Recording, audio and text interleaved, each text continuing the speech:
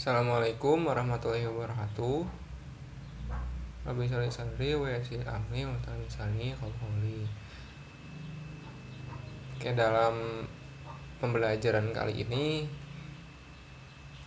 dan beberapa minggu ke depan, anak-anak dari IPA 7 akan diajarkan oleh Bapak gitu terkait dengan persebaran flora dan fauna ataupun materi-materi yang lainnya. Dan sebelum masuk ke materi, izinkan Bapak untuk memperkenalkan diri terlebih dahulu sebelum nantinya kita bertemu di dalam kelas dalam pembelajaran luring PTMT yang ada di SMA 3 Kota Tasikmalaya. Oke, perkenalkan, nama Bapak Yoga Jatmika.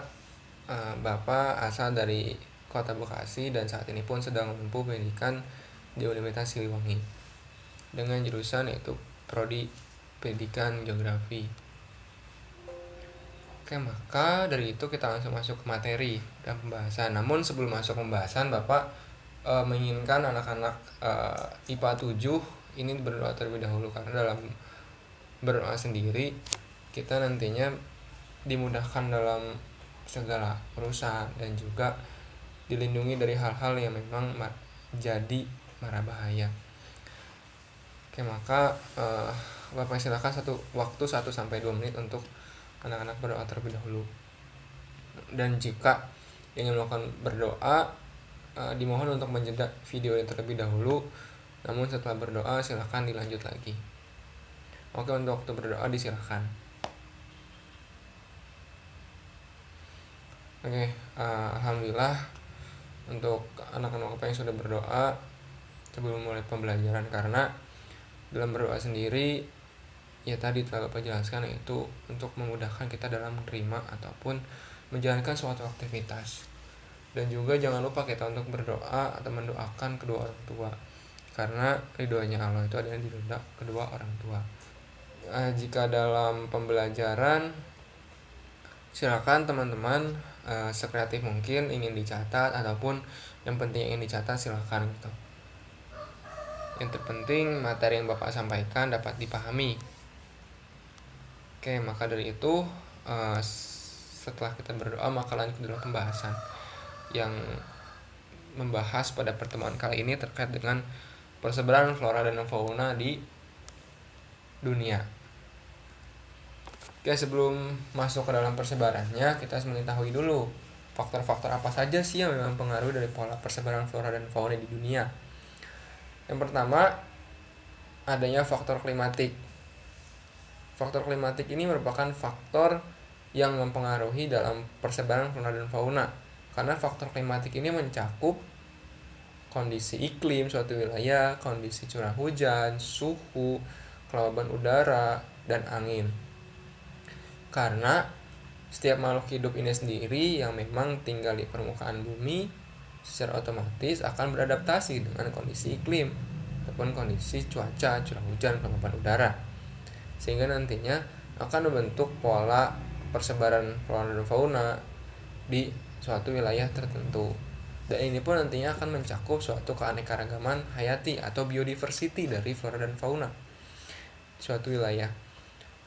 Untuk selanjutnya adanya faktor edafik. Faktor edafikness ini apa sih? Faktor edafikness ini merupakan faktor tanah, faktor yang mempengaruhi pola persebaran flora dan fauna yang ada di permukaan bumi. Karena faktor edafik ini yaitu faktor tanah, dan tanah ini pun menjadi media dalam pertumbuhan tanaman ataupun vegetasi, sehingga vegetasi tersebut nantinya dapat dimakan menjadi makanan oleh hewan-hewan ataupun mikroorganisme.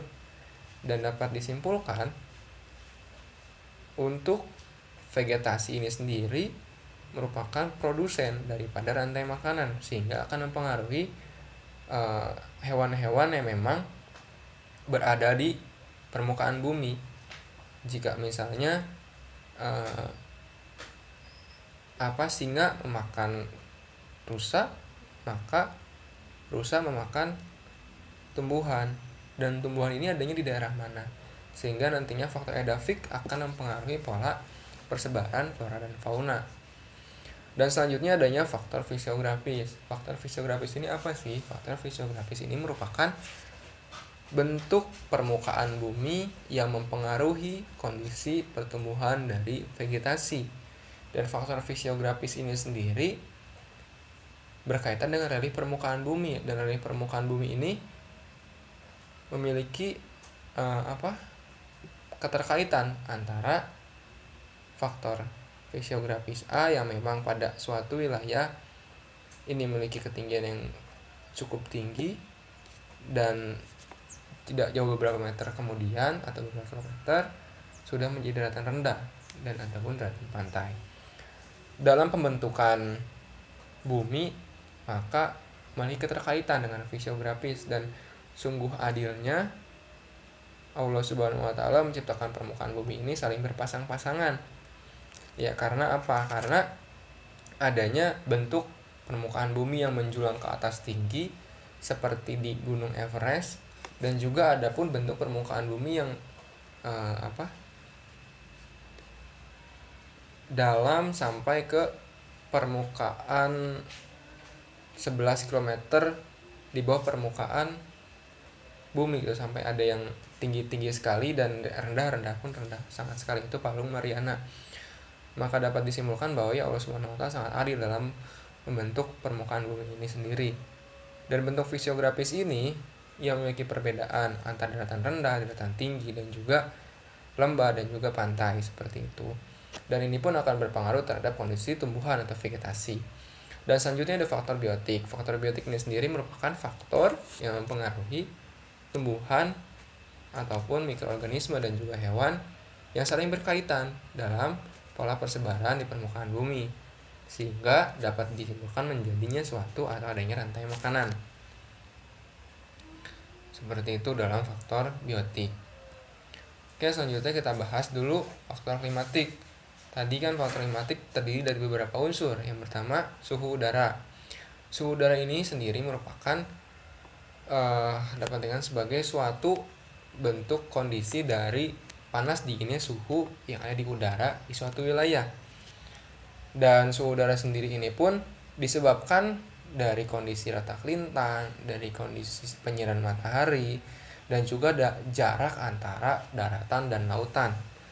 Dan nantinya akan mempengaruhi pertumbuhan daripada vegetasi ataupun flora yang ada di permukaan bumi. Dan dapat dilihat oleh anak-anak pada gambar A, yaitu adanya perbedaan antara persebaran fauna dan flora.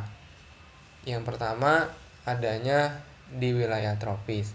Di wilayah tropis ini sendiri memiliki berbagai macam persebaran flora, dan ini pun dipengaruhi letak lintang, dan sampai ke wilayah Arktik atau dapat dikatakan sebagai bioma tundra. Bioma tundra ini sendiri kan hanya lumut saja gitu, namun tidak adanya tumbuhan-tumbuhan atau vegetasi lain yang hidup di tundra. Dan ini pun maka akan berkaitan dengan kondisi flora dalam persebarannya, dan juga akan mempengaruhi kondisi fauna. Oke, dalam gambar B ini sendiri merupakan kondisi dari perkebunan yang memang dipengaruhi oleh tingginya permukaan dari suatu wilayah dan juga berpengaruh terhadap kondisi suhu.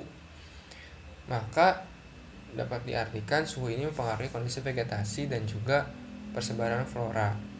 Dalam kenaikan 100 meter akan mempengaruhi sekitar 0,6 penurunan suhu sampai 0,65 derajat Celcius. Ketika naik 100 meter, suhu akan berkurang sekitar 0,6 sampai 0,65 Celcius. Oke, selanjutnya ada faktor kelembapan udara. Faktor kelembapan udara ini merupakan suatu banyaknya uap air yang terkandung dalam udara, sehingga nantinya akan berpengaruh terhadap iklim dan juga tumbuhan. Adapun pada gambar di atas yang telah Bapak sediakan, dalam faktor klimatik yaitu kelembapan udara mempengaruhi kondisi iklim. Dan menurut Koppen ini sendiri pun terbagi menjadi 5. Yang pertama adanya iklim hutan hujan tropis, iklim kering, iklim hujan sedang hangat, iklim hutan salju dingin, iklim kutub, seperti itu. Dan selanjutnya adanya curah hujan. Kondisi curah hujan ini pun menjadi faktor penentu dalam pertumbuhan atau persebaran dari flora dan fauna. Dalam persebaran flora dan fauna, karena makhluk di bumi ini memerlukan air, dan salah satunya air pun bisa turun dari curah hujan. Adapun dapat disimpulkan atau dapat dibagi menjadi beberapa jenis curah hujan yang memang mempengaruhi daripada persebaran fauna dan fauna, seperti di hutan hujan tropis dengan curah hujan 1000 sampai 2000 mm per tahun, hutan gugur, dan seterusnya sampai dengan tundra yang curah hujannya kurang dari 250 mm per tahun. Oke, seperti itu. Maka curah hujan ini sendiri nantinya akan membentuk karakteristik dari jenis vegetasi yang memang ada di suatu wilayah. Karena dapat diartikan bahwa hujan ini sebagai suatu anugerah yang besar gitu yang diberikan oleh Allah Subhanahu wa taala terhadap makhluk yang ada di bumi, karena dapat menciptakan atau dapat mempengaruhi karakteristik jenis vegetasi dan juga menyebabkan keanekaragaman hayati ataupun biodiversity yang ada di suatu wilayah. Oke, sebelum ke selanjutnya, dalam hujan ini sendiri akan mempengaruhi, ya tadi dapat dibedakan bahwa semakin banyaknya curah hujan, maka semakin beragamnya keanekaragaman hayati. Namun jika semakin kecilnya curah hujan di suatu wilayah, maka akan sedikitnya keanekaragaman hayati yang di suatu wilayah. Selanjutnya angin. Angin ini merupakan suatu faktor yang memang mempengaruhi juga dari persebaran flora dan fauna. Kenapa? Karena angin ini nantinya akan menjadi daya angkut dari serbuk sari yang memang mempunyai vegetasi di suatu wilayah, seperti itu. Dan selanjutnya ada faktor edafik, itu faktor tanah, dan tanah pun terbagi menjadi 4 jenis lapisan atas, tengah, bawah, dan juga lapisan induk. Dan selanjutnya ada faktor fisiografis. Faktor fisiografis sendiri ini tadi adanya perbedaan antara setiap wilayah di gunung, lembah, dataran rendah, perbukitan, danau, dan juga dataran rendah ataupun pantai. Dan ini pun akan mempengaruhi pola persebaran vegetasi dan juga jenis vegetasi yang tumbuh di suatu wilayah. Karena pada saat Bapak main ke Dieng, di Dieng ini sendiri adanya suatu tumbuhan yang memang sama dengan tumbuhan yang ada di dataran rendah yang ada di Tasik deh contohnya. Di Tasik kan sering nyebut pepaya, anak-anak pasti tahu pepaya. Namun pada saat Bapak main ke Dieng, pohonnya pun sama gitu jenisnya, tapi buahnya ini agak kecil, dan ini yang pun sering disebut sebagai carica, seperti itu. Dan ini pun dia termasuk dataran tinggi, dan Tasik pun masuk dalam dataran rendah. Maka sudah dapat dipastikan kondisi fisiografis mempengaruhi jenis pertumbuhan dari flora dan fauna ataupun vegetasi. Dan selanjutnya ada faktor biotik yang memang keterkaitan antara suatu tumbuhan dengan makhluk hidup, mikroorganisme dengan hewan dan sebagainya. Dan ini pun nantinya akan bersatu menjadi suatu rantai makanan. Oke, selanjutnya dalam persebaran flora dan fauna. Persebaran flora dan fauna, yang pertama itu akan menjelaskan, Bapak akan menjelaskan persebaran flora berdasarkan ekosistem. Dalam persebaran flora berdasarkan ekosistem ini sendiri dipengaruhi oleh kondisi lintang suatu wilayah, seperti yang ada di gambar, adanya berbagai jenis dari persebaran flora dan fauna di dunia. Oke, selanjutnya kita masuk dalam ekosistem tropika. Apa sih itu ekosistem tropika? Ekosistem tropika ini merupakan suatu persebaran flora yang ada di wilayah tropis dengan berbagai jenis hutan ataupun bioma-bioma yang tersebar. Yang pertama adanya hutan hujan tropis, yaitu merupakan hutan yang berada di wilayah tropis dengan cirinya hujan sepanjang tahun, dan juga untuk pepohonannya sangat lebat sekali, dan juga sinar matahari itu nggak nembus sampai ke alas ataupun ke akar dari si hutan ini, karena daunnya yang sangat lebat dan juga pepohonan yang tinggi-tinggi dan besar menyebabkan hutan hujan tropis ini memiliki keragaman dari biodiversity yang memang ada di wilayahnya. Dan untuk persebaran hutan hujan tropis ini sebagian besar ada di wilayah Asia Tenggara, Indonesia, Malaysia, dan India, seperti itu. Dan untuk hutan musim ini sendiri merupakan hutan yang berada pada wilayah tropis dengan ciri vegetasi yang selalu menggugurkan daunnya. Untuk hutan musim ini sendiri tersebar di wilayah Laos, Kamboja, dan Vietnam, dan juga di wilayah Amerika. Dan untuk sabana tropika ini sendiri merupakan sebuah sabana yang memang ditumbuhi oleh padang rumput dan tumbuhan-tumbuhan kecil dan juga semak. Dan untuk sabana tropika ini sendiri tersebar di wilayah Afrika dan Amerika. Di Indonesia pun ada di beberapa pulau di Indonesia. Dan untuk selanjutnya adanya stepa. Stepa ini merupakan padang rumput yang berada di wilayah tropis dengan ciri tanah yang tidak bisa menyimpan air, sehingga menyebabkan jarang adanya tumbuhan yang mampu untuk tumbuh di wilayah stepa. Adapun yang mampu tumbuh di sana adalah rumput saja gitu, rumputan dengan ketinggian 3,5 meter. Adapun wilayah stepa ini sendiri berada di wilayah Amerika Tengah, Amerika Selatan, Argentina, dan juga di Afrika. Adapun selanjutnya ada gurun tropis. Gurun tropis ini merupakan gurun yang berada pada wilayah tropis dengan keadaan suhu yang memang cukup ekstrim dan berbeda dengan wilayah hutan hujan tropis musim dan sampai dengan ke stepa. Untuk gurun tropis ini sendiri berada di wilayah Afrika. Lalu di Indonesia pun ada. Salah satunya itu ya gurun Parangtritis gitu. Walaupun dalam pembentukannya agak sedikit berbeda, namun itu merupakan salah satu bentuk keunikan di Indonesia, yaitu ada gurun di dekat pantai Parangtritis. Dan contohnya tersebar di wilayah Afrika, di Amerika, seperti itu. Dan ini merupakan gambar-gambar daripada bioma hutan hujan tropis yang tadi Bapak jelaskan sudah jelas ya, ada gambarnya itu pepohonan cukup lebat dan juga tinggi. Hutan musim, hutan sabana tropika, stepa, dan juga gurun tropis. Oke, selanjutnya kita membahas tentang ekosistem daerah sedang. Ekosistem daerah sedang ini sendiri merupakan ekosistem yang berada pada wilayah dataran sedang. Yang pertama, semak belukar berduri. Vegetasi daun berduri memiliki ciri daunnya berbentuk kecil dan runcing. Ini pun berkaitan dengan untuk mengurangi penguapan. Dan semak berduri ini berada pada wilayah Afrika dan beberapa wilayah di Indonesia atau Asia Tenggara.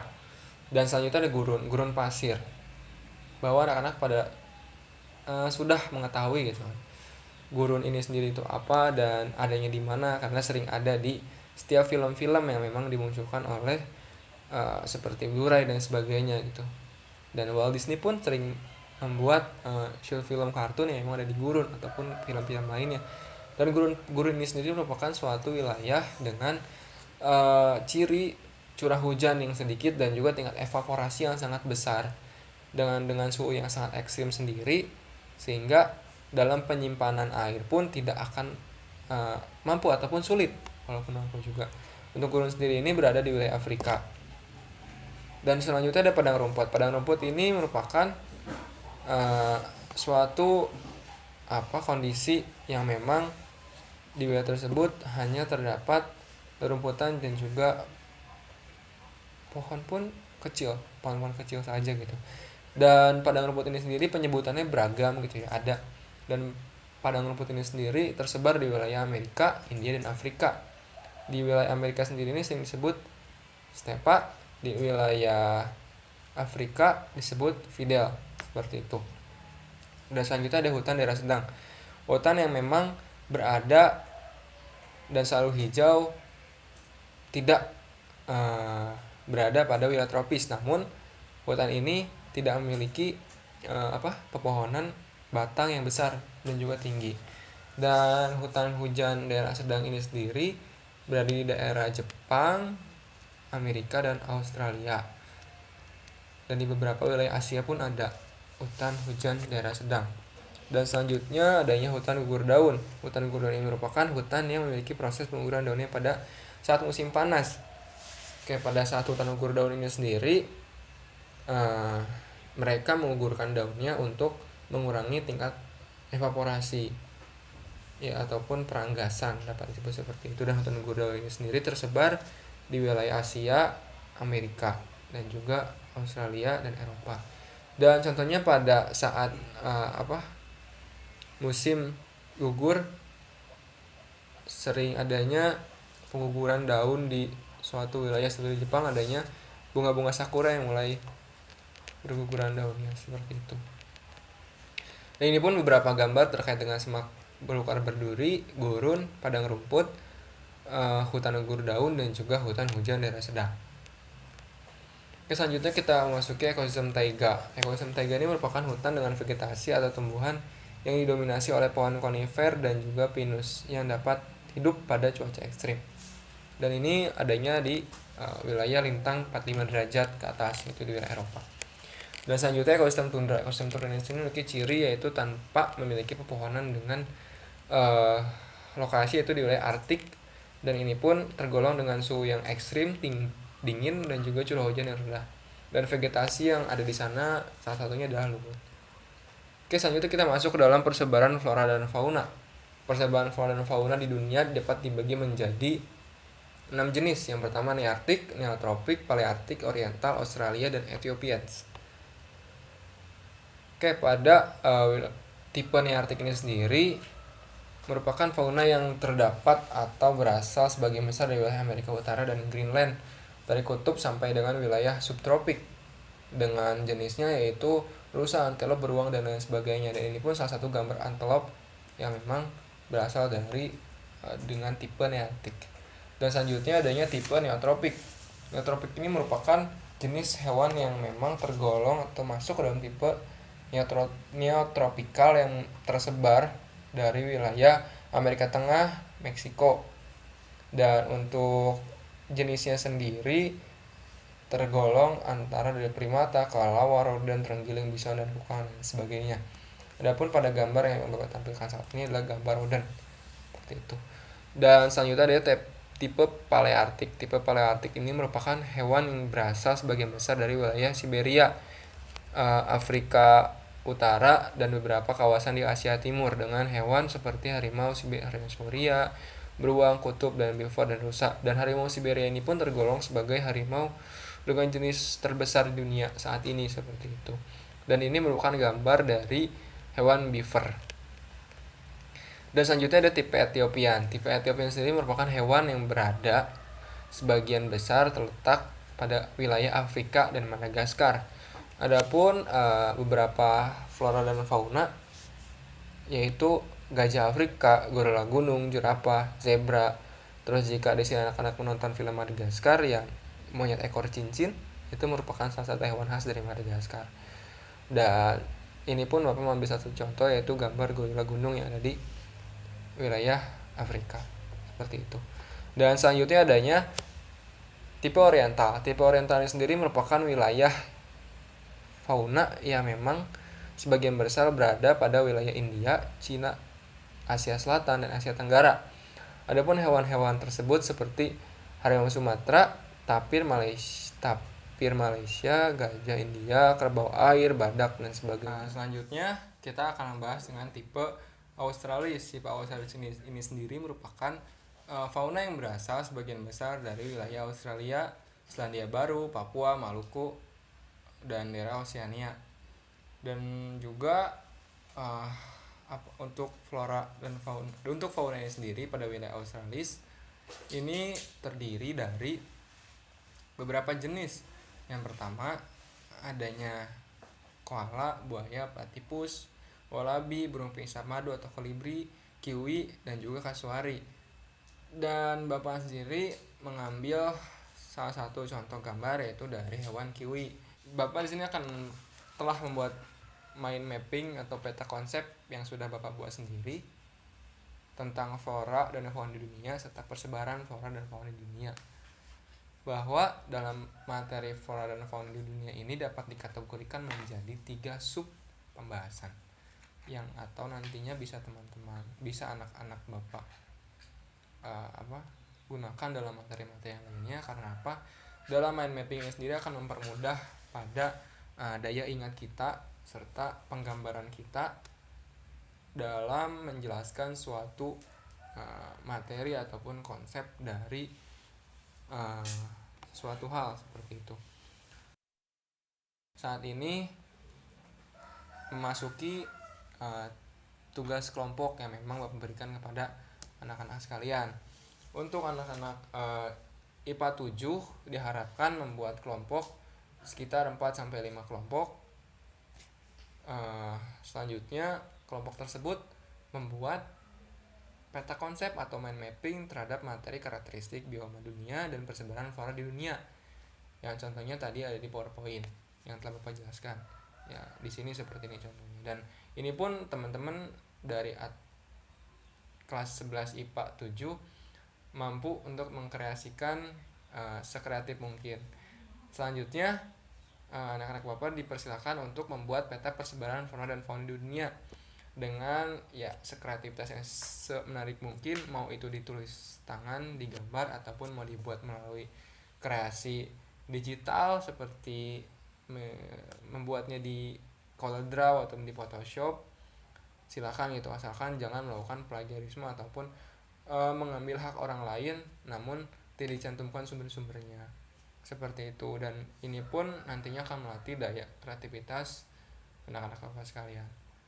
Dan untuk pengumpulannya ini tugasnya dikumpulkan pada tanggal 17 Oktober 2021 dengan bentuk PDF dan dapat dikirim ke email Bapak. Ini pun sudah tertera dalam PowerPoint. Oke, terima kasih, pembahasan sudah sampai akhir. Untuk link absensi silahkan diklik di Google Form yang sudah tercantum di PowerPoint yang telah Bapak buat. Dan untuk pertanyaan-pertanyaan, jika adanya pertanyaan, silakan tanya melalui email ataupun DM melalui Instagram yang telah Bapak cantumkan.